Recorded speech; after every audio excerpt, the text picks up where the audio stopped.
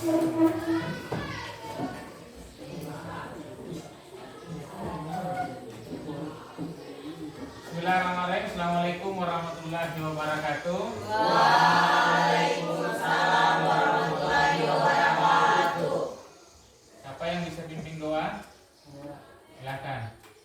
Teman-teman, sebelum kita belajar hari ini, marilah kita berdoa sesuai dengan keyakinan kita masing-masing. Berdoa dimulai.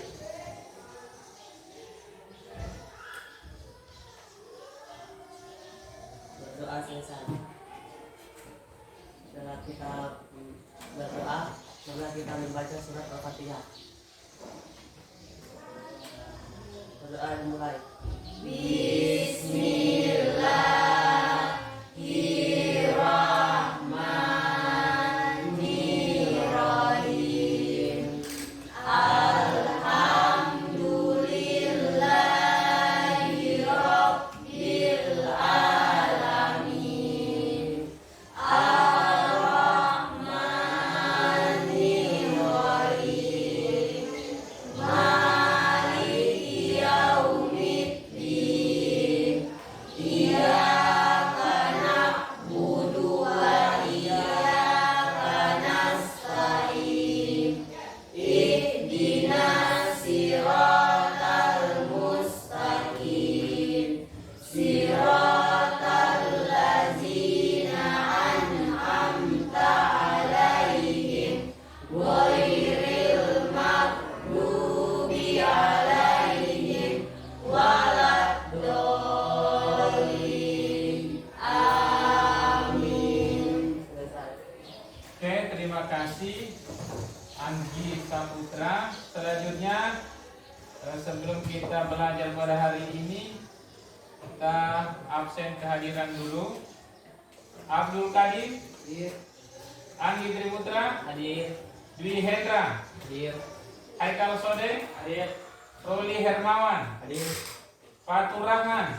Hadir. Ya, mari kita doakan semoga Batur Rahman cepat sembuh dan kembali lagi beraktivitas. Pandi Sadina, Sekolah. ada sekolah ya. Cika Melani, Siti Sarah, Siti Karmila Hasim, Hadir. Nur Sayang Lajo, Lestari Rahayu, Hadir. Bipani Aprilia, Desi Rianti Bidal, Rasmiati Yola, Sapira Septia Sanosim, Hadir. Cahya Cabila Esaik, Hadir. Jalita Empabeyangi, Hadir. Sila Asahra, Hadir. Sophia Lalu, Hadir. dan terakhir Nur Alisa Abbas. Oke, jadi hanya satu orang yang sakit, kemudian satu orang yang tidak sekolah. Mungkin ada kegiatan di tempat lain. Oke, selanjutnya informasi singkat untuk membaca Al-Quran. Jadi ini bisa kalian amati bersama, kemudian kira-kira apa sih manfaat daripada video ini? Boleh? Oke, kita putar videonya. Motivasi singkat untuk membaca Al-Quran. Agar tidak rugi. Sebagian orang malas membaca Al-Quran, padahal di dalamnya terdapat kunci untuk kehidupan di dunia. Sebagian orang merasa tidak punya waktu untuk membaca Al-Quran, padahal di dalamnya terdapat pahala yang besar. Sebagian orang merasa tidak sanggup belajar Al-Quran karena sulit katanya, padahal membacanya sangat mudah dan sangat mendatangkan kebaikan. Membaca Al-Quran adalah perdagangan yang tidak pernah merugi. Allah Subhanahu wa Ta'ala berfirman yang artinya, sesungguhnya orang-orang yang selalu membaca kitab Allah dan mendirikan salat dan menafkahkan sebagian dari rezeki yang kami anugerahkan kepada mereka dengan diam-diam dan terang-terangan, mereka itu mengharapkan perniagaan yang tidak akan merugi, agar Allah menyempurnakan kepada mereka pahala mereka dan menambah kepada mereka dari karunia-Nya. Sesungguhnya Allah Maha Pengampun lagi Maha Mensyukuri. Ibnu Katsir rahimahullah. Jadi demikian, ada beberapa hal yang bisa kita lihat daripada video yang saya sampaikan. Kemudian, apa sih gunanya membaca Al-Quran? Kira-kira apa? Mendapat pahala besar. Anggi, kira-kira kalau baca Al-Quran kenapa? Anggi, kalau misalnya kamu di rumah baca Al-Quran, bagaimana perasaanmu? Tenang. Ada yang lain, Jelita, kalau kamu baca Al-Quran, bagaimana perasaanmu? Ya, enak. Kadang misalnya ada orang yang marah baca Al-Quran, tiba-tiba marahnya hilang, berarti sudah cocok dengan yang tadi itu. Jadi luar biasa kalau membaca Al-Quran. Jadi ada begini, ada teman saya dulu, ini cerita nyata. Di kampung saya namanya Rusdi. Mungkin saya pernah ceritakan. Dulu ini dia preman kampung, luar biasa dia. Tetapi setelah sadar bertobat, kemudian dia belajar Al-Quran, membaca Al-Quran di salah satu pondok pesantren di kampung saya. Apa yang terjadi? Setelah sekian lama belajar dan belajar, mulai daripada belajar alif, ba, ta, dan seterusnya. Apa yang terjadi? Hari ini dia menjadi ustaz besar. Dia sudah bisa ceramah keliling kampung. Jadi artinya orang yang betul-betul belajar Al-Quran, kalau memang dia sadar Al-Quran itu kebutuhan kita, maka insya Allah kita bisa belajar Al-Quran sampai kapanpun. Dan itu akan membuat kita menjadi pribadi yang lebih baik. Jadi kalau misalnya kemarin-kemarin di sini ada yang merasa kurang lancar membacanya, berarti sering-sering membaca maka kamu akan lancar.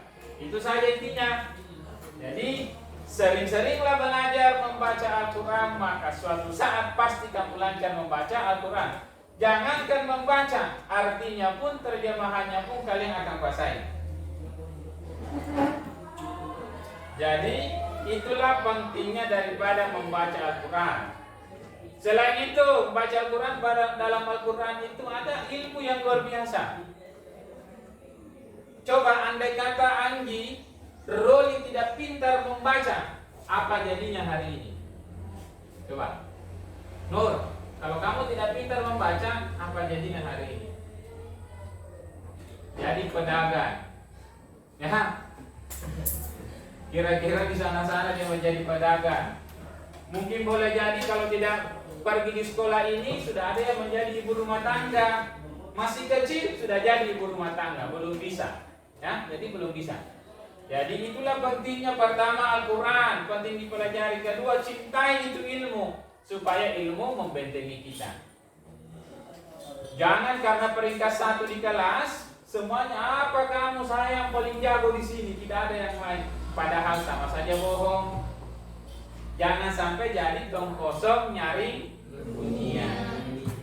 Oke, hari ini ada kompetensi dasar yang kita harus pelajari, yaitu 1.1 menghayati Al-Quran sebagai implementasi dari pemahaman rukun iman.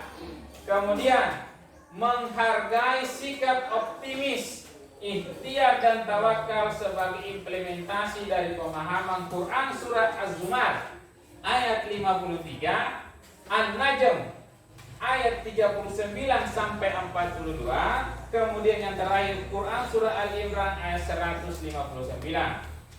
Setelah menghargai sikap optimis, maka langkah ketiga adalah memahami Quran surah Az-Zumar, Quran An-Najm dan Al-Imran.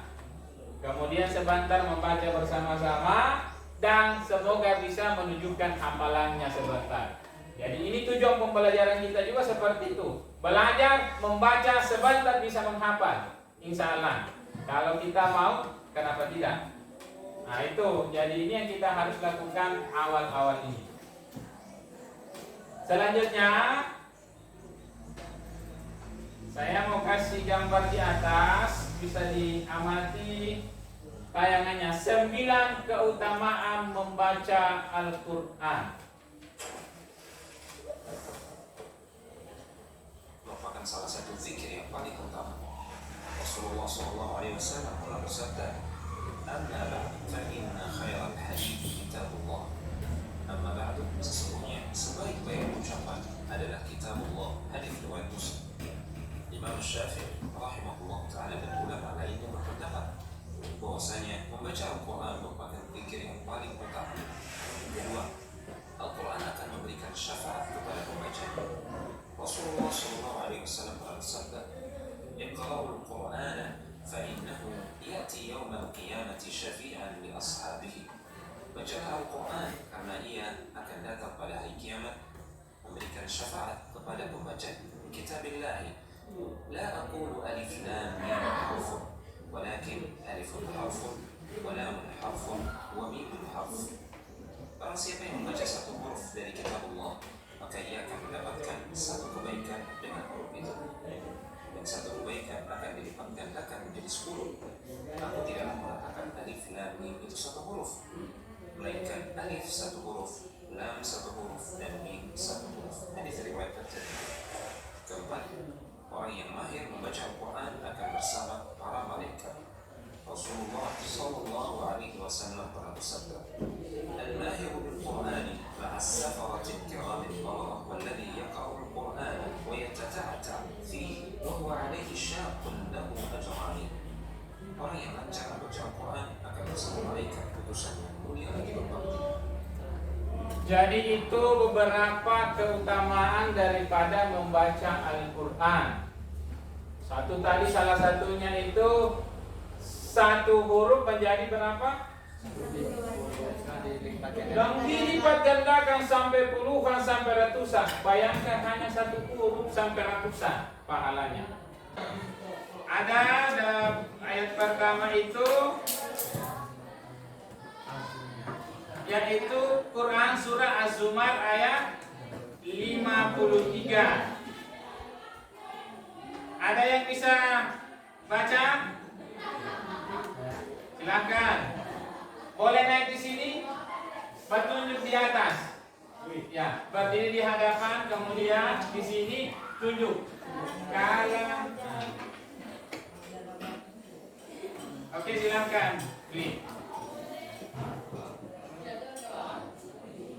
Boleh di belakangnya saja, di samping. Nah, supaya lihat. Oke, silakan.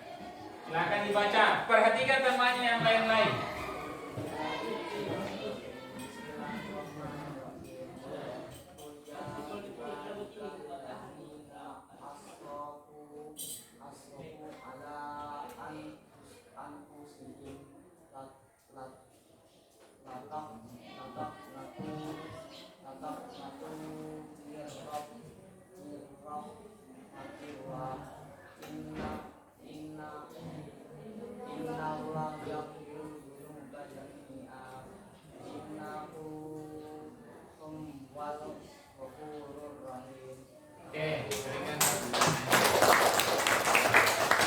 Ikhtiar adalah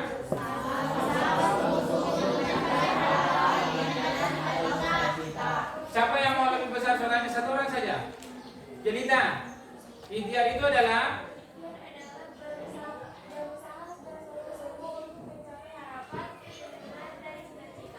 berarti ikhtiar itu adalah berusaha sekuat mungkin untuk mencapai cita-cita.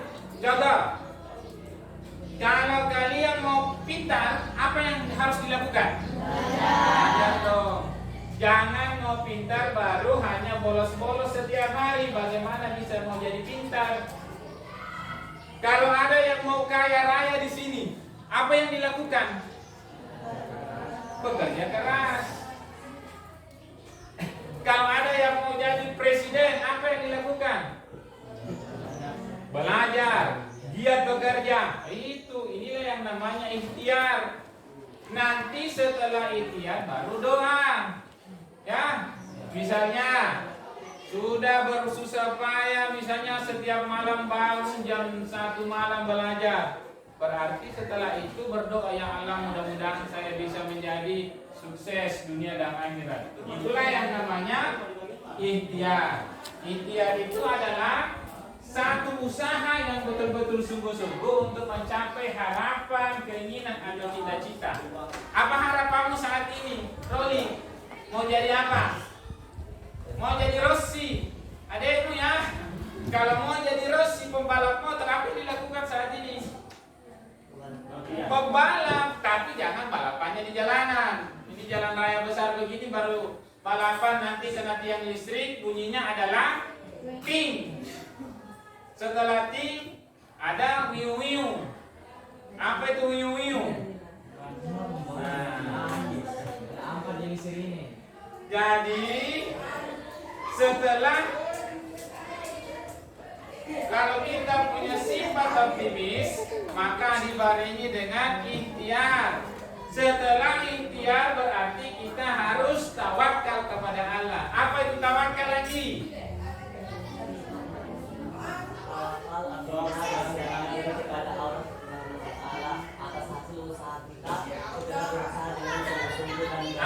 Jadi setelah berikhtiar, berusaha, maka titik akhir manusia adalah bertawakal, berserah diri, bukan pasrah. Orang pasrah dengan tawakal beda, bro. Ya, apa bedanya, bro? Satu, contoh salah satunya, orang pasrah itu, anggaplah misalnya main bola kaki, pas dikasih masuk 1 gol, sudah, tetap kita kalah ini. Mereka ini jago betul. Tapi tidak ada lagi usahanya, datang bola, tendang-tendang dia katanya. Main poli kalau sudah. Itu namanya pasrah. Tapi kalau orangnya optimis, dia juga ikhtiar berusaha, kemudian bertawakal kepada Allah. Usaha dulu baru tawakal. Pokoknya kasih masuk 1 gol misalnya lawak, lihat juga. Pokoknya umpan terus, jangan mau berhenti untuk lari, supaya kalian bisa mencetak juga gol. Jadi itulah tanda-tandanya orang tawakal. Saya mau kasih contoh misalnya begini. Alisa Abbas beli ayam baru di pasar. Nah, Alisa Abbas ini beli ayam baru di pasar. Kamu di pasar dia beli ayam baru. Tiba-tiba begini, datang di rumah. Ini kan ayam baru, dia hanya simpang ayamnya. Simpang, tidak di dalam sangkar, pokoknya simpan saja. Saya bertawakal kepada Allah Subhanahu wa Ta'ala. Allah lah yang akan menjaganya. Itu tawakal atau apa? Berpasrah. Bukan berpasrah, tapi itu teledor. Ya, berpasrah. Ayamnya orang dibeli kemudian simpan. Yang tawakal itu adalah beli ayam baru, diikat baik-baik, kasih kencang memang ikatannya, kemudian simpan. Kalau pun lepas, minimal kita sudah berikhtiar, ya. Jadi itu yang harus jadi jadi kekuatan dalam hati. Jangan hanya berserah diri seperti orang pasrah. Ada motor baru duit, pergi di masjid di kota, kunci disimpan di situ, baru saya bertawakal kepada Allah. Itu tawakal atau bukan? Lagi-lagi bukan, karena tawakal itu berserah diri setelah berusaha. Ya, kalau itu teledor. Kalau datang pencuri hanya mengatakan begini, yes, dapat baru lagi. Apalagi kau simpan SPK-nya di situ, BPKB-nya juga di situ di motor, selesai. Pencuri dia mengatakan, goodbye bos, terima kasih. Nah, itu yang saya sampaikan ya. Jadi harus dibedakan semua, jangan pasrah-pasrah saja. Jangan hanya berdoa, ya Allah saya mohon ini, kemudian tidak ada yang dilakukan. Lanjut, karena sudah kita pelajari tentang pengertian optimis tawakal. Tadi ada ayat mulai daripada Quran surah Az-Zumar, kemudian An-Najm dengan Al-Imran. Hari ini kita mau bagi kelompok agak besar mungkin atau kecil ini. Kita bagi 3 kelompok saja. Boleh? Hitung seperti biasa. 1, 2, 3. 2, 3. Ini kelompok 2. Sini kelompok 3. Mana kelompok 3? Sini. Apa yang harus kalian lakukan? Jadi sebentar saya akan kasih ini satu kelompok satu.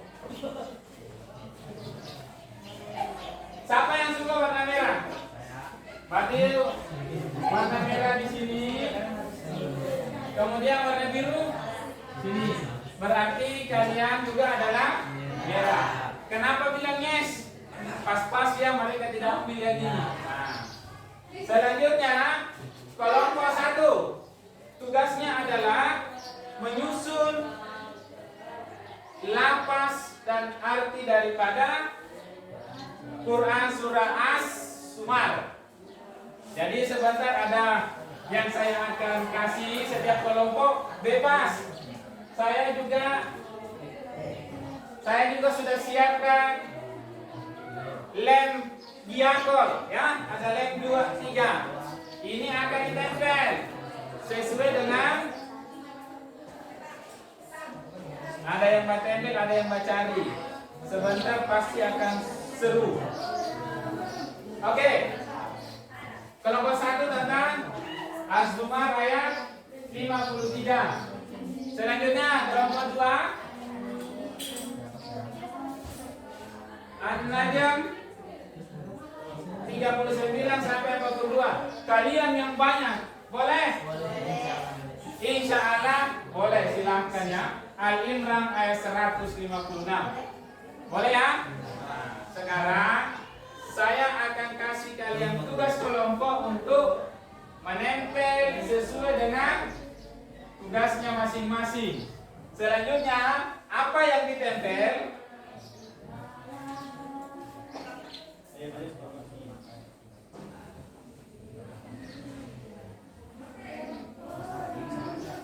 Saya akan kasih kalian ini secara acak. Kalau ada yang kurang, cari ke tempat lain. Kalau sesuai dengan tugasnya, berarti itulah tugasmu.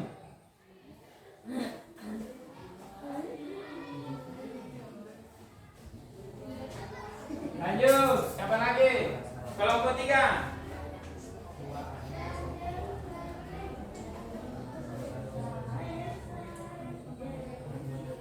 Sekarang tugasnya adalah secara berkelompok mencari mengumpulkan lapas dan artinya sesuai dengan yang ada, kemudian ditempel di karton ini. Mana karton tadi?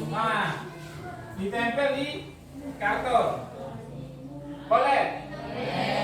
Sekarang cari tempat di mana kalian akan melakukan tugasnya. Silakan. Kalau di sini. Tapi di bawah ya, supaya buat tempelnya.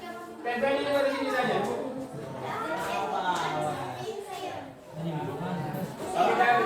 Oke, di bawah, duduk di bawah. Kamu di sana saja boleh. Ya, cari saja tempat yang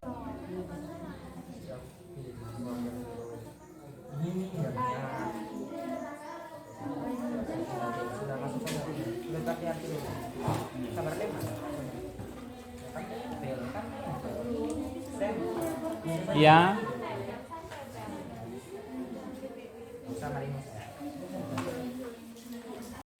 Ya. Al-Laisa.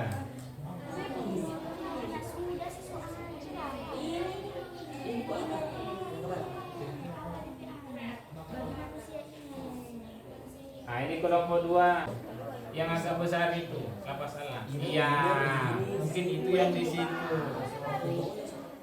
Kalau saya tidak boleh, tidak usah, itu saja. Nih, beta aja.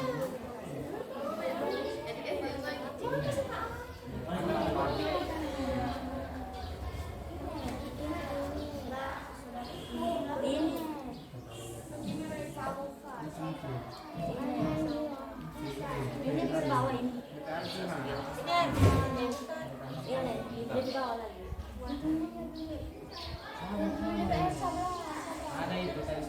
Silakan maju 2 orang untuk membaca secara berpasangan, setiap kelompok membaca.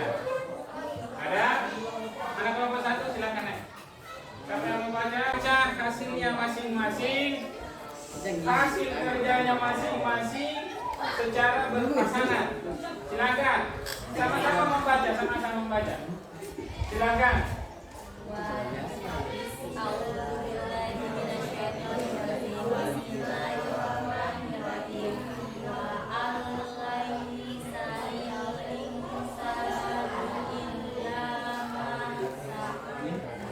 Oke, membaca secara bersamaan. Tibalah kita pada penghujung materi pada pagi hari ini. Kira-kira apa sih kesimpulan daripada pelajaran kita hari ini? Ada 3 sifat yang harus dimiliki oleh orang. 1, optimis. 2, ikhtiar. 3, tawakal. Jadi ketiga sifat ini harus ada dalam diri kalian semua, termasuk Pak Guru. Contoh kecil, kalau misalnya Pak Guru tidak punya sifat optimis, sikap optimis, berarti saya tidak masuk lagi mengajar di sini. Anggaplah kemarin baik, saya jengkel sama si ini, sudahlah. Nah, berarti saya tidak optimis. Nanti saya masuk begini orangnya, nanti saya masuk ini lagi orangnya. Tetapi karena saya mau berikhtiar setelah saya sampaikan semua ini, berarti berserahlah kepada Allah. Nanti Tuhan yang membalas semuanya. Ya.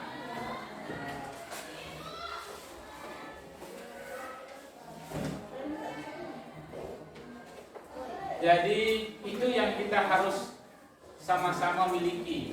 Jangan ada yang tidak memiliki sifat ini supaya kelak ke depan menjadi orang-orang yang lebih sukses ke depan. Kalau guru sukses hari ini, maka kalian harus lebih sukses di masa yang akan datang. Inilah kekuatan daripada 3 hal ini: optimis, ikhtiar, dan tawakal.